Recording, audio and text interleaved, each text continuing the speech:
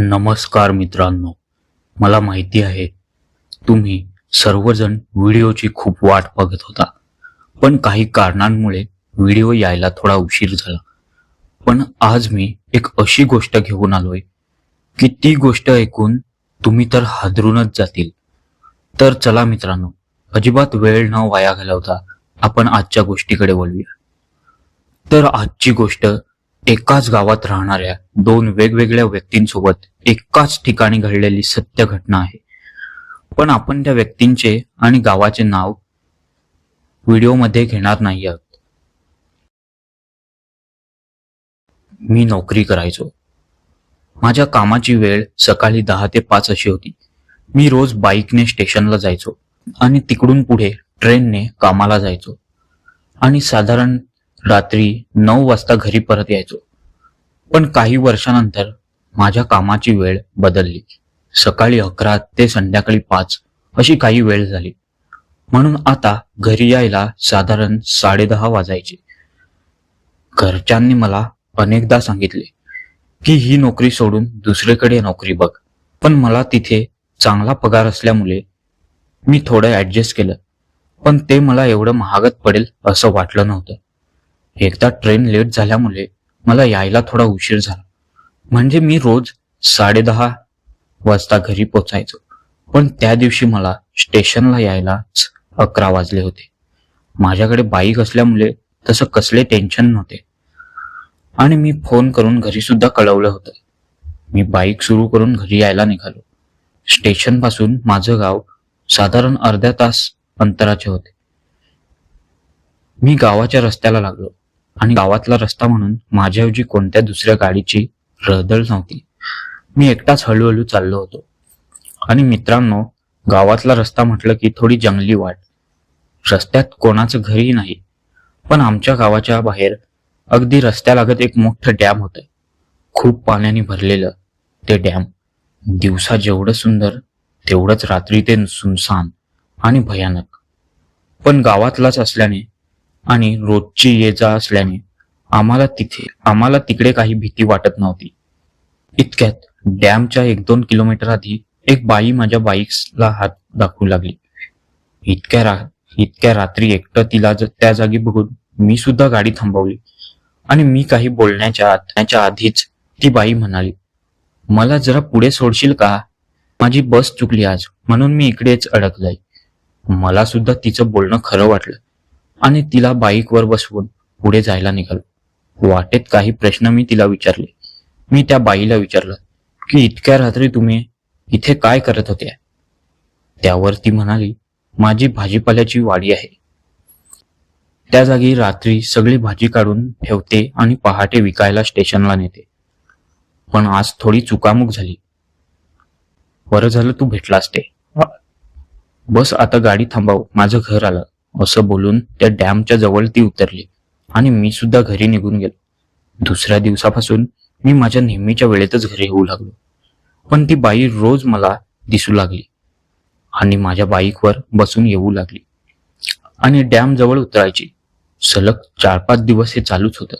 आणि एकदा मी त्या बाईला वाटेतच विचारलं की तुमचं घर नक्की कुठे आहे?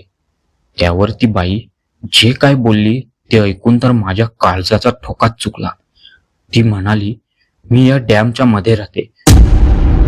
तिचं हे उत्तर ऐकून मी खूपच घाबरलो, कारण लहानपणापासून मी त्या डॅम बद्दल ऐकलं होतं. पण त्या बाईचं बोलणं ऐकून मी घाबरतच बाईकच्या आरशात पाहिलं, तर मागे कोणीच बसलं नव्हतं. ते बघून माझा तर बाईकवरून ताबा सुटणारच होता. पण देवाच्या कृपेने मी बाईक कशीबशी सावरली आणि आश्चर्याची गोष्ट म्हणजे मागे कोणी नसून सुद्धा माझ्या मागे कोणीतरी बसलं आहे असं मला जाणवत होतं. मी देवाचं नाव घेत घेत गाडी वेगाने चालवत होतो आणि मी जसा तो डॅमचा रस्ता क्रॉस करून पुढे गेलो तसं माझ्या मागे जे काही होतं ते माझ्या गाडीवरून खाली उतरलं. मी जेव्हा घरी पोचलो तेव्हा माझी अवस्था बघून घरचे सुद्धा घाबरले आणि त्यांना जेव्हा मी हा प्रकार सांगितला तेव्हा तर ते पूर्णपणे हादरूनच गेले. दुसऱ्या दिवशी तर मला खूप ताप भरला होता. मग घरच्याने डॉक्टरकडे आणि नंतर मंदिरात सुद्धा नेऊन आणले. मग मला थोडं बरं वाटलं. मग ती नोकरी सुद्धा मी सोडली आणि जवळच दिवसाच एक काम बघितलं. मग नंतर काही महिने सगळं व्यवस्थित चालू असताना अमावास्याच्या रात्री एक अशी घटना घडली ज्याने पूर्ण गावच हादरून गेलं. आमच्याच गावातल्या एका मुलासोबत पुन्हा तीच घटना घडली. तर मित्रांनो, माझ्यासोबत जी घटना घडली होती तशीच काहीशी घटना आमच्याच गावातल्या एका मुलासोबत घडली. तर त्या मुलासोबत झालं असं की तो एकदा त्याच्या मित्राच्या वाढदिवसाला गेला होता. तो वाढदिवस असलेला मित्र दुसऱ्या गावात राहायचा आणि सर्व मित्र त्याच्या घरी गेले होते. वाढदिवस साजरा करून सर्व आपापल्या घरी जाऊ लागले. आमच्या गावातला मुलगा सुद्धा एक घरी येऊ लागला. त्याच्याकडे बाईक होती आणि तो एकटाच होता. येताना जरा उशीरच झाला. रात्रीचे साधारण 11:30-12 वाजले होते आणि वाटेत त्याला एक बाई दिसली. ती त्याला मदतीसाठी हात दाखवत होती. तो सुद्धा एकटाच असल्यामुळे त्याने तिच्या मदतीसाठी गाडी थांबवली आणि आपल्याच गावातली कोणीतरी असावी हा विचार करून त्याने तिला गाडीवर बसवली. ती बाई बोलली, "अरे मला जरा पुढे सोड."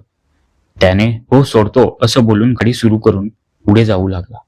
पण पुढे त्याच्यासोबत जे काही घडलं ते ऐकून तर तुम्ही हादरूनच जातील. कारण ती बाई दुसरी तिसरी कोणी नसून तीच ती बाई होती जी काही महिन्यांपूर्वी मला दिसली होती.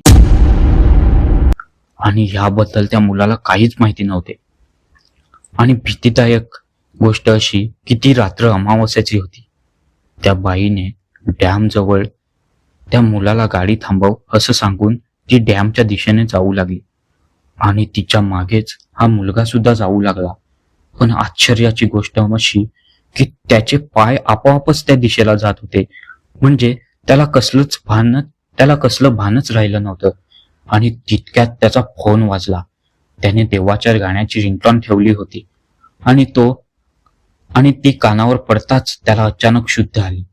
त्याने आजूबाजूला बघितले तर तो पाण्यात येऊन पोहोचला होता. त्याने कसलाच विचार न करता आपल्या बाईक जवळ धाव घेतली आणि बाईक स्टार्ट करून देवाचं नाव घेत घरी पोहोचला. त्याला त्या अवस्थेत बघून तर सर्व घरचे हादरूनच गेले. नंतर त्याने घडलेला सर्व प्रसंग घरच्यांना सांगितला. ते ऐकून तर सर्वांना धक्काच बसला.